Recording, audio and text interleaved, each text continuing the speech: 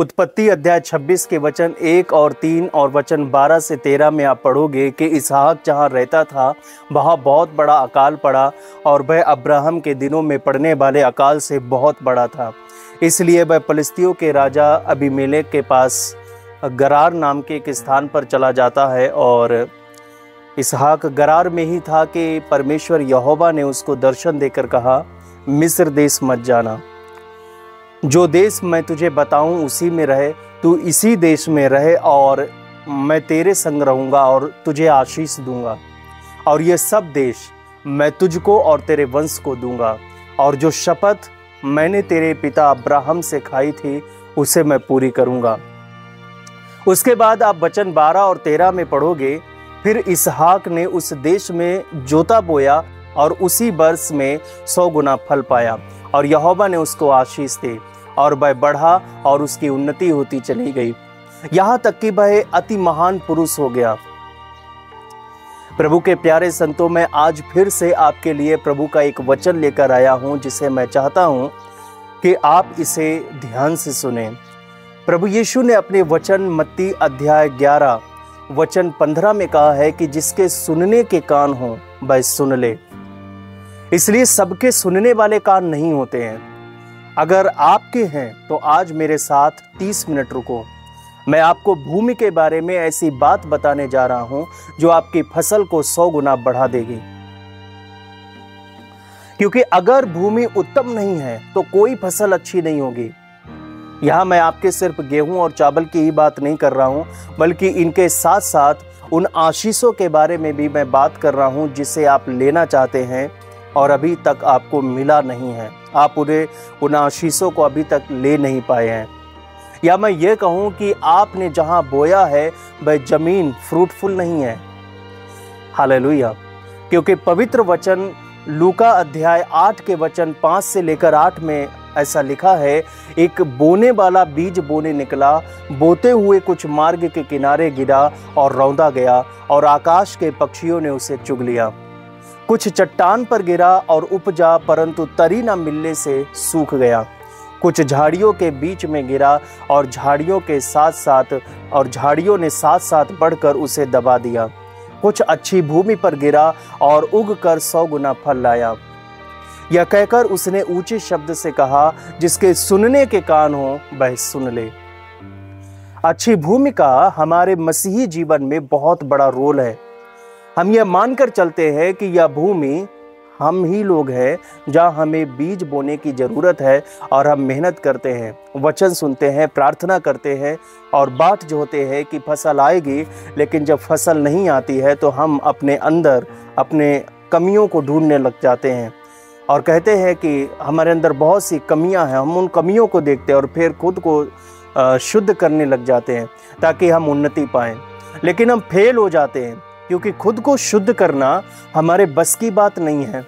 क्योंकि संत पौलुस रोमियो के नाम अपनी पत्री के अध्याय 7 के वचन 15 में लिखते हैं, जो मैं करता हूँ उसको नहीं जानता, क्योंकि जो मैं चाहता हूँ वह नहीं किया करता हूँ, परंतु जिससे मुझे घृणा आती है वही करता हूँ। जब संत पौलुस खुद में वह काम नहीं कर पाते हैं जिससे परमेश्वर प्रसन्न हो सके या उन्नति ला सके, तो फिर तुम कैसे उन्नति लाने के लिए खुद में वह काम कर सकते हो? कैसे खुद को अच्छी भूमि बना सकते हो? क्या तुम अपने आप को यीशु मसीह के सामने दुर्बल नहीं मानते? हाँ, मैं यीशु मसीह के सामने दुर्बल हूं, लेकिन शैतान के सामने मसीह यीशु में ताकतवर हूं। जब तक आप खुद को प्रभु यीशु मसीह को समर्पित नहीं करोगे, खुद को कभी भी उन्नत भूमि नहीं बना पाओगे। हम बार बार हार जाते हैं, हम बार बार रोते हैं और प्रार्थना करते हैं कि प्रभु मुझ पर दया कर, मुझ पापी पर तरस खा, मुझे शक्ति दे कि मैं वह कर पाऊं जो मैं करना चाहता हूं, कृपया मेरी मदद करो। लेकिन क्या कभी आपने सोचा है कि इन सब प्रार्थनाओं का कोई मतलब नहीं है? यह सब गलत प्रार्थना है, क्योंकि तुम खुद में करने की शक्ति मांग रहे हो, जबकि यीशु मसीह कहते हैं तुम खुद में करना ही क्यों चाहते हो? जब मैं तुम्हारा पिता जीवित परमेश्वर हूँ, मैं खुद तुम में होकर वह काम करूँगा। हालेलुया। क्योंकि संत पौलुस गलातियों अध्याय 2 वचन 20 में आगे अपने वचन में लिखते हैं, मैं मसीह के साथ क्रूस पर चढ़ाया गया, अब मैं जीवित ना रहा पर मसीह मुझ में जीवित है। वह कहते हैं अब मैं ना रहा बल्कि मसीह मुझ में जीवित है। तो हमें फिर कैसी प्रार्थना करना चाहिए? हमें यह बोलना चाहिए कि हे पिता, मैं अपने आप आत्मसमर्पण भी नहीं कर पा रहा हूँ, इसलिए प्रभु तू खुद मुझ में यह काम कर। मैं फैसला लेने के लिए स्वतंत्र हूँ, तो प्रभु तुझे अपने जीवन में काम करने के लिए अनुमति देता हूँ। प्रभु खुद मेरे जीवन में आकर बहकर जो तुझे पसंद है। हालेलुया। कितनी मेरी बात को समझ पा रहे हैं? मैंने कहा तुम अगर दुर्बल हो तो उस दुर्बलता को यीशु मसीह को समर्पित कर दो और यीशु को तुम्हारी दुर्बलता द्वारा काम करने दो और देखो कैसे बड़े बड़े काम तुम्हारे जीवन में होते हैं। आपको क्या लगता है कि पौलुस ने कभी प्रभु से प्रार्थना करके नहीं कहा होगा कि हे प्रभु, ये दुर्बलता का यह कांटा मुझसे दूर हो जाए या मुझसे दूर कर दे? अरे दूसरा कुरिन्थियों अध्याय 12 के वचन 7 और 8 को पढ़ना, उसको पढ़ना कि कैसे उसने अपने प्रभु से इस समस्या को लेकर प्रार्थना की। उसने वचन में लिखा है कि मैं प्रकाशनों की बहुतायत से फूल न जाऊं, मेरे शरीर में एक कांटा चुभाया गया। यानी शैतान का एक दूत कि मुझे घूंसे मारे ताकि मैं फूल ना जाऊं। इसके विषय में मैंने प्रभु से 3 बार विनती की कि मुझसे यह दूर हो जाए। 3 बार वचन कहता है, 3 बार उसने उस समस्या को दूर करने के लिए प्रभु से प्रार्थना की।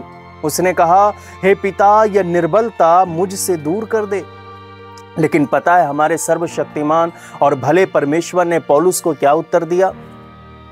पौलुस आगे अपने वचन में प्रभु के उत्तर को लिखते हुए कहते हैं, इस पर प्रभु ने मुझसे कहा, मेरा अनुग्रह तेरे लिए बहुत है, क्योंकि मेरी सामर्थ्य निर्बलता में सिद्ध होती है। इसलिए मैं बड़े आनंद से अपनी निर्बलताओं पर घमंड करूंगा कि मसीह की सामर्थ्य मुझ पर छाया करती रहे। हालेलुया। वचन में क्या लिखा है? मेरी सामर्थ्य सिद्ध होती है। किसमें?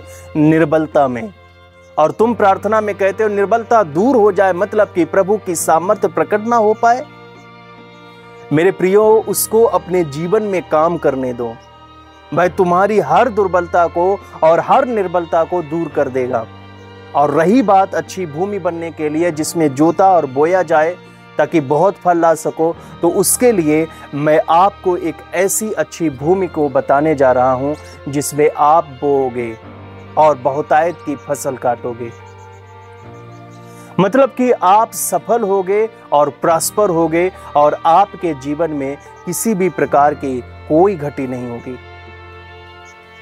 जैसे शुरुआत में हमने वचन को साथ में पढ़ा था कि इसहाक ने अकाल के समय में उस भूमि में जोता और बोया, और वचन कहता है वह 100 गुना फल लेकर आया।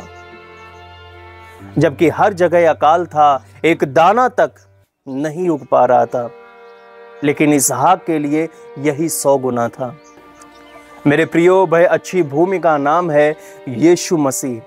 जी हाँ, जिस प्रकार यीशु हमारा वास्तविक जीवन है, उसी प्रकार वह हमारी भूमि भी है। उसने कहा, तुम मुझ में जोतो और बो और तुम्हें कभी हानि नहीं होगी। यूहन्ना अध्याय 15 वचन 5 में प्रभु यीशु मसीह कहते हैं, मैं दाखलता हूँ, तुम डालियां हो, और जो मुझ में बना रहता है और मैं उसमें, वह बहुत फल फलता है, क्योंकि मुझसे अलग होकर तुम कुछ भी नहीं कर सकते हो। प्रभु का वचन कहता है बहुत फल फलता है, बहुत फल, बहुत। आमीन, हालेलुया। यीशु मसीह में जो जोतता है, जो बोता है, जो अपनी पूरी मेहनत करता है, वह बहुत बहुत बहुत फल फलता है। इसलिए मेरे प्रियो, पहला कुरिन्थियों अध्याय 15 वचन 58 में लिखा है, इसलिए हे मेरे प्रिय भाइयों, दृढ़ और अटल रहो और प्रभु के काम में सर्वदा बढ़ते जाओ, क्योंकि यह जानते हो कि तुम्हारा परिश्रम प्रभु में व्यर्थ नहीं है। अगर तुमने अपना काम यीशु मसीह में होकर किया है तो वह प्रॉस्पर होगा ही होगा, यह व्यर्थ नहीं हो सकता है। इसलिए इसहाक ने परमेश्वर में विश्वास किया और अकाल के दौरान उसने बोया, और वचन कहता है 100 गुना फसल हुई। अगर 50 गुना भी फसल होती तो भी इसहाक शिकायत नहीं कर पाता, क्योंकि अकाल के समय में जो भी उगाए बड़ी बात है। हालेलुया। 50 गुना भी बहुत फसल है, प्रभु की महिमा करने के योग्य की बात है। 50 गुना आ गई, लेकिन वचन कहता है 50 नहीं बल्कि 100 गुना फसल हुई। ऐसा है प्रभु। हालेलुया, आमीन। देखो, मैंने पिछली टीचिंग में आप लोगों को इस बारे में बताया कि जिस दुनिया को आप अपना कहते हैं वास्तव में वह छाया मात्र है। यह कोई वास्तविक दुनिया नहीं है, यह तो वास्तविकता की एक छाया है। हालेलुया। वास्तविक केवल यीशु मसीह है। तुम अपनी मेहनत जिस भूमि में कर रहे हो वह सच्ची भूमि नहीं है, केवल यीशु तुम्हारी सच्ची भूमि है। हालेलुया। इसलिए हमें सफल होने के लिए, प्रॉस्पर होने के लिए, बहुतायत में बढ़ने के लिए यीशु मसीह की जरूरत है। हालेलुया। भजन संहिता अध्याय 23 वचन 1 से 6 में कितना सुंदर प्रभु का वचन लिखा हुआ है, जिसे हमने मसीह में आते समय याद किया था, और शायद आप में भी बहुतों को ये याद होगा। आपने भी इसे याद किया होगा और बोला होगा, यहोवा मेरा चरवाहा है, मुझे कुछ घटी ना होगी। वह मुझे हरी हरी चराइयों में बैठाता है, वह मुझे सुखदाई जल के झरने के पास ले चलता है, वह मेरे जी में जी ले आता है। धर्म के मार्गों में वह अपने नाम के निमित्त मेरी अगुवाई करता है। चाहे मैं घोर अंधकार से भरी हुई तराई में होकर चलूं तो भी हानि से ना डरूंगा, क्योंकि तू मेरे साथ रहता है। तेरे सोंटे और तेरे लाठी से मुझे शांति मिलती है। तू मेरे सताने वालों के सामने मेरे लिए मेज बिछाता है। तूने मेरे सिर पर तेल मला है, मेरा कटोरा उमड़ रहा है। निश्चय भलाई और करुणा जीवन भर मेरे साथ साथ बनी रहेगी, और मैं यहोवा के धाम में सर्वदा वास करूंगा। हालेलुया। ये सब उनके जीवन में पूरा होता है जो अपने ऊपर नहीं बल्कि यीशु मसीह पर पूरा भरोसा रखते हैं। तब तुम्हारे पास कोई घटी नहीं होगी, सुखदाई जल के झरने होंगे। जो अगुवाई तुम्हें चाहिए वो अगुवाई होगी। कोई हानि का डर नहीं होगा, शांति होगी, अभिषेक होगा, कटोरा हमेशा उमड़ता रहेगा, और करुणा और भलाई हमेशा तुम्हारे साथ और तुम्हारे जीवन में होगी। बस इतना करो कि यीशु मसीह को अपने जीवन पर पूर्ण नियंत्रण, पूरा का पूरा नियंत्रण करने की अनुमति दे दो।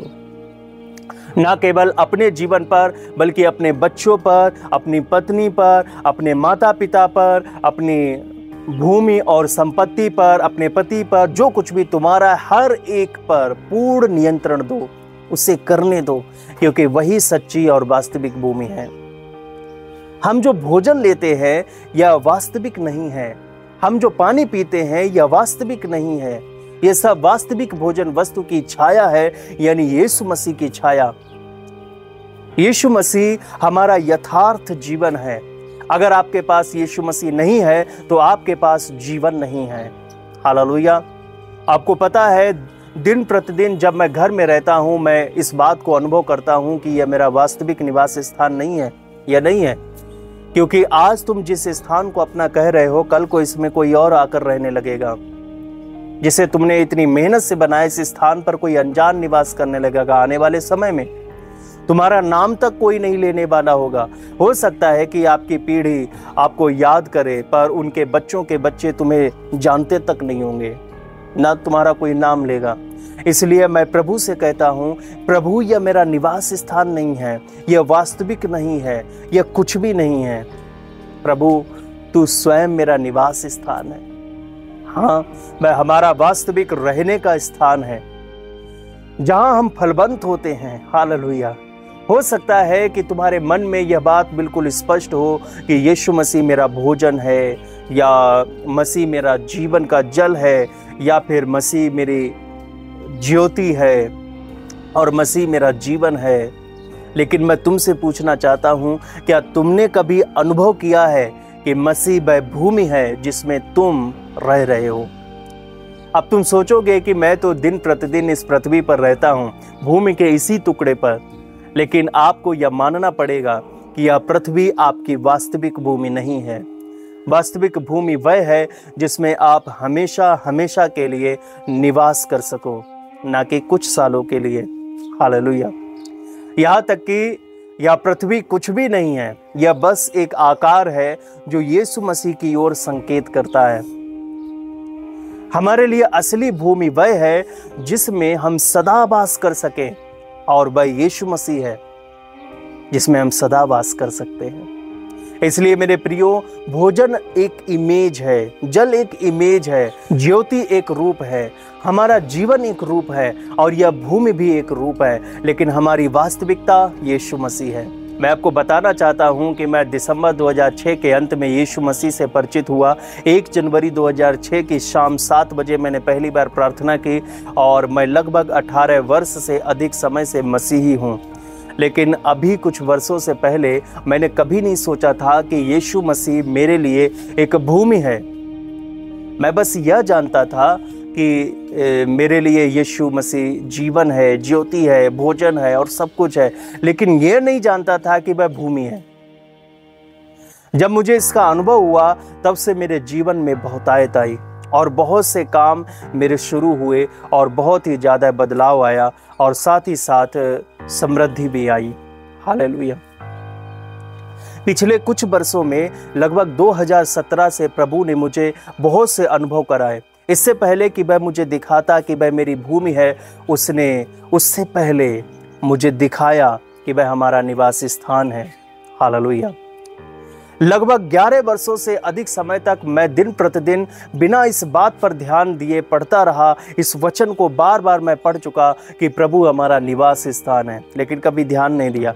मैंने भजन 90 को बहुत बार पढ़ा था, लेकिन ध्यान कभी नहीं दिया कि वह क्या कह रहा है। एक दिन प्रभु ने मुझे भजन संहिता 90 के पहले ही वचन में दिखाया कि वह हमारा निवास स्थान है, क्योंकि वचन में लिखा है, हे प्रभु तू पीढ़ी से पीढ़ी तक हमारे लिए धाम बना है। ओह, उस दिन प्रभु ने यह देखने के लिए मेरी आंखें खोली कि वह मेरा निवास स्थान है। उस दिन मैं जानने पाया कि प्रभु मेरे लिए कुछ और ही बढ़कर है। हालेलुया। इस वचन को पाने के 2 या 3 वर्ष के बाद प्रभु ने मेरी आंखें और अधिक खोली। मैंने देखा कि प्रभु मेरे लिए ना केवल निवास स्थान है बल्कि भूमि भी है। मेरे लिए प्रभु यीशु मसीह भूमि है। तब मुझे अब्राहम को दिए गए भूमि के विषय में परमेश्वर के वायदे याद आने लगे और मेरी आंखें खुल गईं कि वास्तव में कौन सी भूमि के बारे में परमेश्वर बात कर रहा था। उत्पत्ति के 12वें अध्याय से लेकर पुराने नियम के अंत तक ना जाने कितनी बार प्रभु ने बार बार उस भूमि का वर्णन किया और उस पर बल दिया।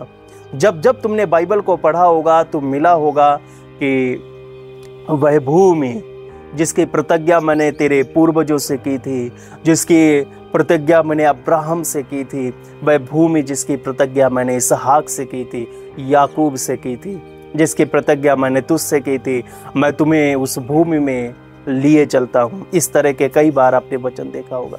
मेरे प्रियो, यह बार बार भूमि पर प्रभु इतना जोर इसलिए दे रहे थे कि तुम यीशु मसीह को जानो, यीशु में अपने बीज को बो और उसी में अपनी फसल को काटो। यीशु मसीह में अपनी मेहनत करो और वह कभी व्यर्थ नहीं जाएगी। हालेलुया।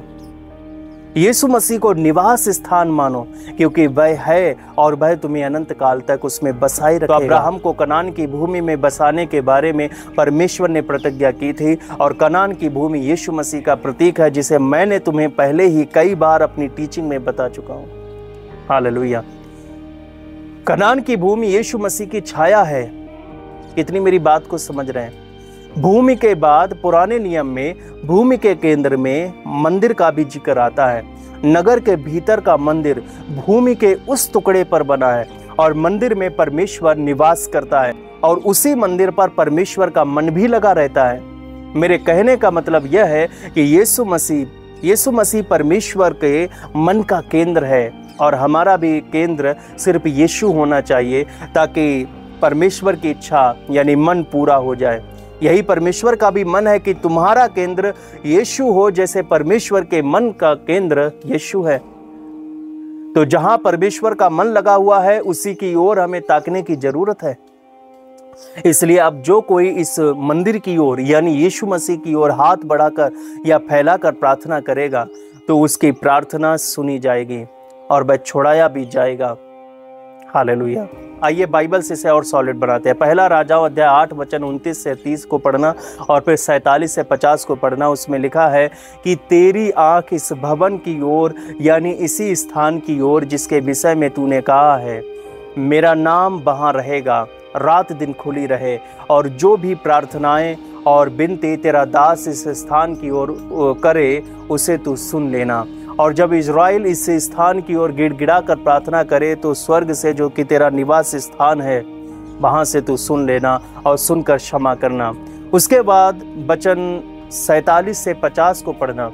लिखा है, अगर वे पाप कर बैठें और पाप के कारण किसी दूसरे देश में बंधुआई में चले जाएं और वहाँ उस पराये देश में सोच विचार करें और तुझसे गिड़गिड़ाएं और गिड़गिड़ा कर बोले, हमने पाप किया है और कुटिलता की है और दुष्टता की है, और अगर वे अपने उन शत्रुओं के देश में जो उन्हें बंदी करके ले गए हों अपने संपूर्ण मन और संपूर्ण प्राण से तेरी ओर फिरे और अपने इस देश की ओर जो तूने उनके पुरखाओं को दिया है और इस नगर की ओर जिसे तूने चुना है और इस भवन की ओर जिसे मैंने तेरे नाम का बनाया है तुझसे प्रार्थना करें, तो तू अपने स्वर्गीय निवास स्थान में से उनकी प्रार्थना और गिड़गिड़ाहट सुनना और उनका न्याय करना। और जो पाप तेरी प्रजा के लोग तेरे विरुद्ध करेंगे और जितने अपराध वे तेरे विरुद्ध करेंगे सबको क्षमा करके उनको बंदी बनाने वालों के मन में ऐसी दया उपजाना कि वे उन पर दया करें। तो आपने वचन में देखा कि परमेश्वर का मन यीशु मसीह पर यानी उस मंदिर पर लगा हुआ है।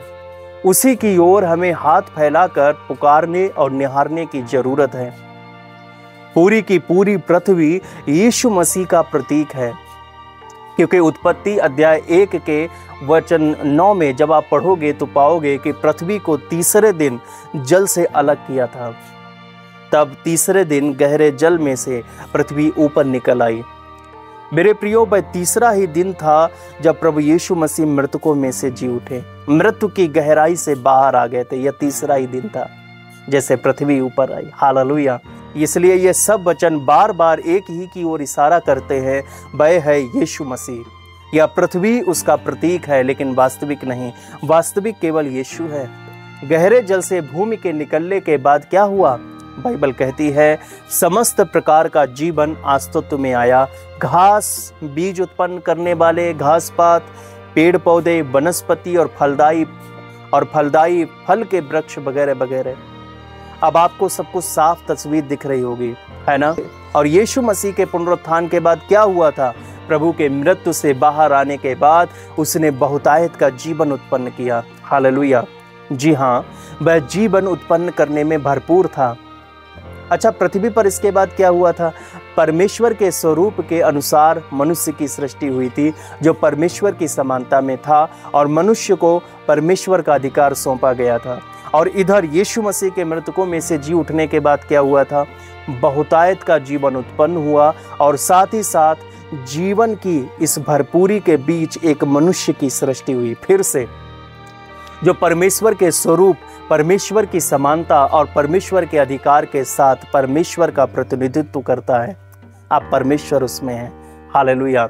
और सब भूमि के टुकड़े के रूप में ही यीशु मसीह में पूरा हुआ। तुम्हें नया जन्म यीशु मसीह की भरपूरी में मिला। यीशु मसीह में तुम्हारी भरपूरी है और कोई घटी नहीं है। वही हमारी भूमि है और निवास स्थान है। वह एक उपजाऊ भूमि है। हालेलुया। और वही हमारी वास्तविकता है।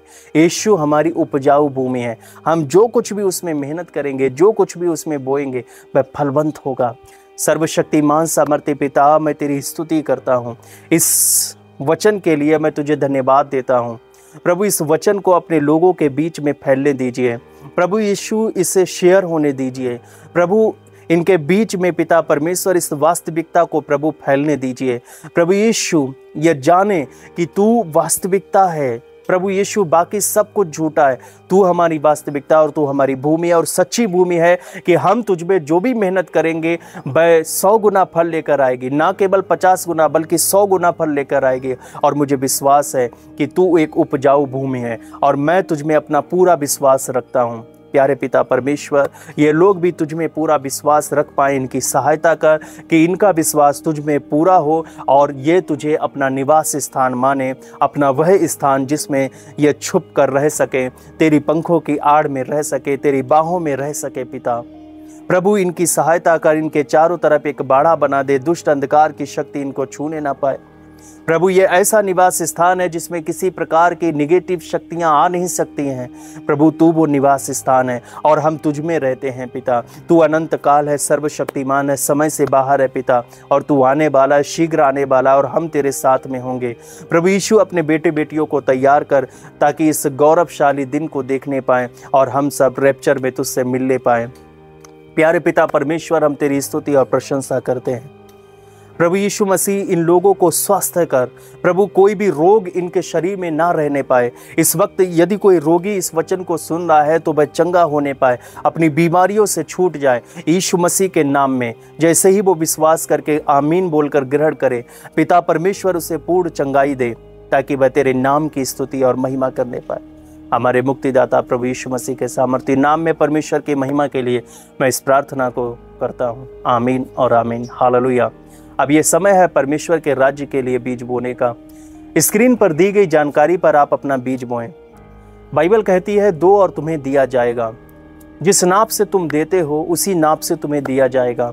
लेकिन जब आप इसे बीज बना कर दोगे, और जैसे कि मसीह हमारी भूमि है और मसीह एक उपजाऊ भूमि है, यदि आप अपने बीज को यीशु मसीह में बोओगे, अपने उस बीज को यीशु मसीह में बोओगे, तो वह बहुतायत लेकर आता है। तुम्हारे पास किसी प्रकार की घटी नहीं होगी।